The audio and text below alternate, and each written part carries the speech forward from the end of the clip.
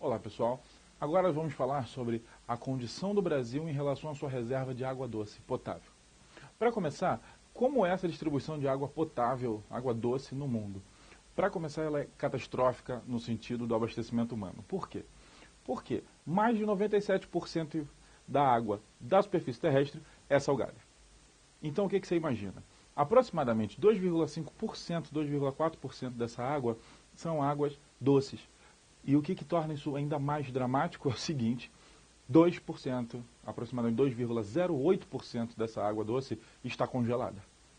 E boa parte dessa água que descongela caminha para o mar e mistura-se com água salgada. Então a condição de água doce no planeta ela é muito complicada. A ONU estima que até 2050 aproximadamente 45% das pessoas vão ter problema de água.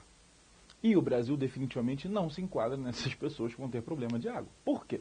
Porque hoje o Brasil já tem aproximadamente 12 a 13% da água doce do mundo, da água potável do mundo. E aí olha só o que acontece. O Brasil, ele é um enorme destaque quando a gente pensa na bacia amazônica, que já é a maior bacia do mundo, e o Brasil tem a maior parte da maior bacia hidrográfica do mundo. Aí você fala, nossa, então o Brasil tem uma reserva de água imensa. Sim, e aí você se assusta quando ouve falar que a bacia hidrográfica do Amazonas, a gigantesca bacia amazônica, não é a nossa maior reserva de água. Aí as pessoas já começam a olhar para o Brasil de forma estranha. Aí fala assim, então qual é a nossa maior reserva de água? Era, até então, um aquífero chamado Aquífero Guarani. Só lembrando, o que é um aquífero? Você vai lembrar como se fosse uma imensa caixa d'água, um imenso poço. São rochas permeáveis que elas vão agrupando água nos seus espaços, nos seus poros, e essas águas são passíveis de serem exploradas e trazidas para a superfície. Isso é um aquífero, uma grande reserva de água.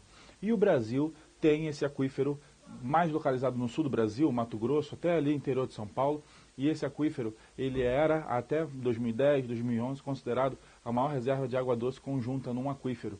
E o Brasil, além da bacia amazônica, tinha esse aquífero Guarani. E aí, como se não bastasse, foi descoberto na região norte, embaixo da bacia amazônica, um aquífero que tem mais água do que a bacia amazônica e que o aquífero Guarani. Então o mundo não aguenta mais ouvir falar do Brasil achando água. Tá? E nós realmente temos uma condição de água invejável. Esse aquífero achado, ele é chamado de aquífero alter do chão.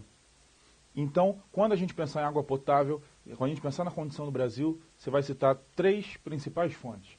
A bacia amazônica, a maior bacia hidrográfica do mundo, o aquífero Guarani, até então o maior aquífero que nós tínhamos notícia, e agora o aquífero alter do chão, ainda mais água do que o aquífero Guarani.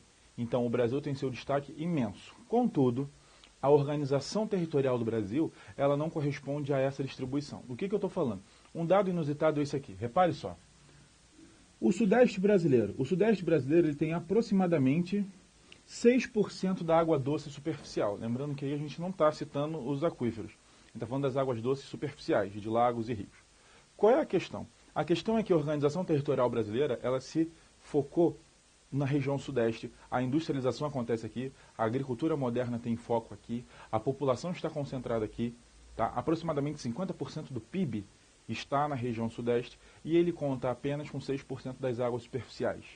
Isso é muito pouco para o abastecimento da indústria, mais agricultura, mais a população. Então o Brasil precisa pensar melhor essa sua reserva de água potável e distribuir as atividades mais de acordo com essa reserva. A gente se vê na próxima.